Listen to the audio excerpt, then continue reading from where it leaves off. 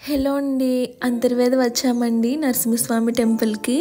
ఇంకా అక్కడ ఉన్న ప్లేసెస్ అన్నీ చూపిస్తాను. ముందుగా గుడికైతే వెళ్దాం. మా ఊరు వచ్చి పడమటిపాలెం అండి. ఈ అంతర్వేది టెంపుల్ మా ఊరికి 18 కిలోమీటర్స్ అలా ఉంటుంది. చాలా ఫేమస్ అండి ఈ అంతర్వేది టెంపుల్. మా సైడ్ వాళ్ళు 1 మంత్కి ఒకసారి అయినా కూడా వచ్చి దర్శనం చేసుకుంటారండి. టెంపుల్ చుట్టూ మండపంలో చాలా దేవుళ్ళు ఉంటారండి దర్శనం చేసుకోవడానికి.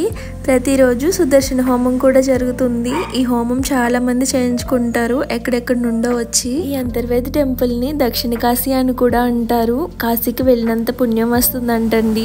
ఎక్కడెక్కడి నుండో టూరిజం బస్సెస్ లో కూడా వస్తారు నరసింహస్వామిని దర్శనం చేసుకోవడానికి. టెంపుల్ అయితే చాలా బాగుంటుందండి. చాలా పీస్ఫుల్ గా ఉంటుంది. ఎన్నిసార్లు అయినా రావాలనిపిస్తుంది. టెంపుల్ ఫోటోషూట్స్ లాంటివి ఏమన్నా ప్లాన్ చేసుకుంటే ఈ అంతర్వేది గుడి దగ్గర లొకేషన్స్ అవి చాలా బాగుంటాయి.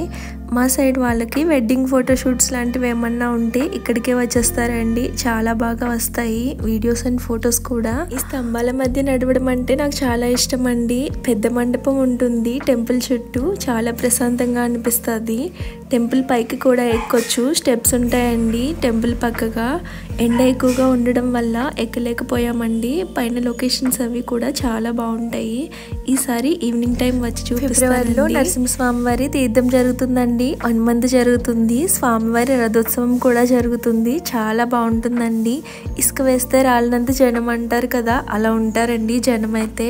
తెలియని వాళ్ళు ఈసారి ప్లాన్ చేసుకొని రండి. అంతర్వేది టెంపుల్లో నిత్యాన్నదానం కూడా ఉంటుంది. ఈ టెంపుల్ భోజనం ఓసారి చేస్తే ఎవరికైనా కూడా జన్మధన్యమేనండి. అంత బాగుంటుంది. చాలా టేస్టీగా ప్రిపేర్ చేస్తారు. ఏదో పెట్టాలన్నట్టుగా అయితే ఉండదండి భోజనం అయితే. ప్రతిరోజు కూడా పులిహార, పూర్ణం బూరె, పప్పు కాంబినేషన్లో ఒక కర్రీ, వెజిటబుల్స్తో ఒక కర్రీ, ఏదో ఒక పికిల్, సాంబారు, పెరుగు అన్నీ కూడా చాలా బాగుంటాయండి. పూర్ణం బూరె ఉంటుందండి. ఎవరికైనా కూడా నచ్చేస్తుంది అనిపిస్తుందండి ఇక్కడ భోజనం చేస్తే. భోజనం అయిన తర్వాత అయితే దగ్గరలోనే వశిష్ఠాశ్రమం ఉంటుంది. అక్కడికి వెళ్ళామండి.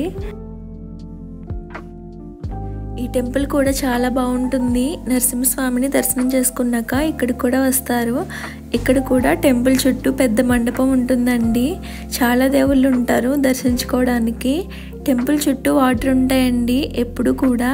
చాలా ప్రశాంతంగా అనిపిస్తుంది ఈ టెంపుల్లో. మండపం తర్వాత చూపిస్తాను. ముందుగా టెంపుల్కి వెళ్దాం. ఇక్కడ ముందుగా ప్రదక్షిణలు చేస్తారండి. ఎలా చేయాలి అనేది ఇక్కడ రాసి ఉంటుంది.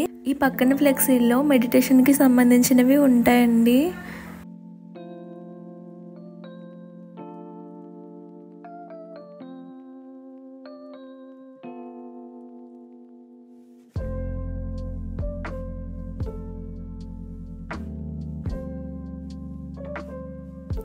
ఈ టెంపుల్ చుట్టూ ప్రదక్షిణలు చేసి కోరుకుంటే 27 డేస్లో తీరుతాయనేసి నమ్మకం అండి. ముందుగా 9 ప్రదక్షిణలు ఇక్కడ చేయాలి టెంపుల్ చుట్టూ. తర్వాత 6 ప్రదక్షిణలు పద్మం లోపల చేయాలండి. పైన పద్మం లోపల టెంపుల్లో తాబేలు ఉంటుందండి. ప్రతిరోజు అభిషేకం చేస్తారు. మార్నింగ్ 6:30కి అలా వస్తే చేపించుకోవచ్చు. లోపల వీడియో తీయడానికి లేదండి. ఇక్కడ దర్శించుకున్నాక పైన అంతస్తులో 3 ప్రదక్షిణలు చేసి లోపల దర్శించుకోవాలి. ప్రదక్షిణలు చేసేటప్పుడు చుట్టూ ఉండే వ్యూ అయితే చాలా బాగుంటుందండి. ఎప్పుడు రాలేని వాళ్ళు ఓసారి వచ్చి విజిట్ చేయండి. టెంపుల్ చాలా బాగుంటుంది.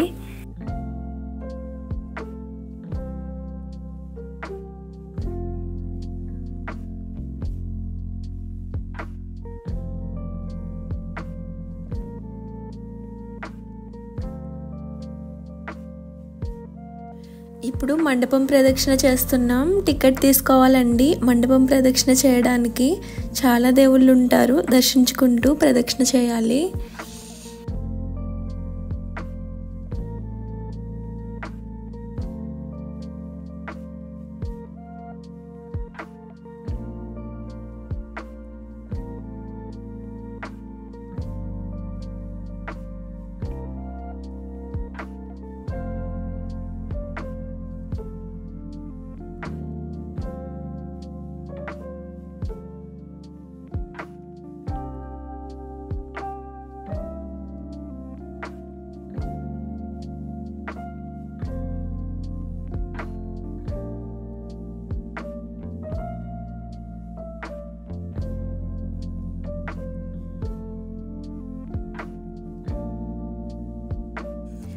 తర్వాత వశిష్ఠాశ్రమంలో నుండి బయటికి వచ్చాక కొంచెం ఫ్రంట్లోకి వస్తే గోశాల ఉంటుందండి.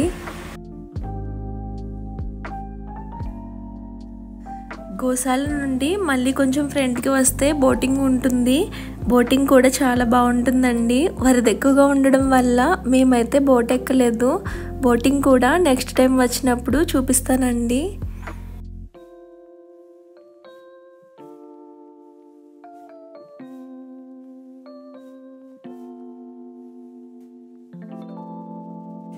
ఇప్పుడు అన్న చెల్లెలు గట్టు దగ్గరికి వచ్చాము. లైట్ హౌస్ కూడా అక్కడే ఉంటుంది.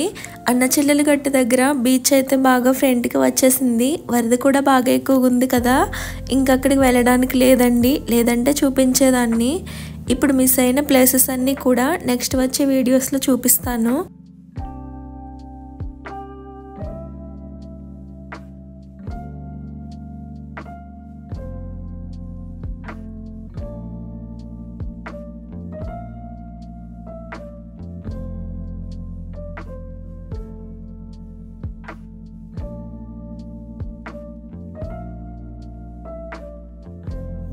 ఇది వచ్చేసి అంతర్వేది బీచ్ అండి. బీచ్లో వాటర్ చాలా రెడ్గా ఉన్నాయండి. వరద టైం కదా, ఎండ కూడా బాగా ఎక్కువగా ఉంది కదా, ఇంకా కాసేపు ఉండి బయలుదేరేసామండి ఇంటికి. నేను చూపించిన వీడియోస్ మీలో ఎంతమందికి తెలుసో కామెంట్ చేయండి.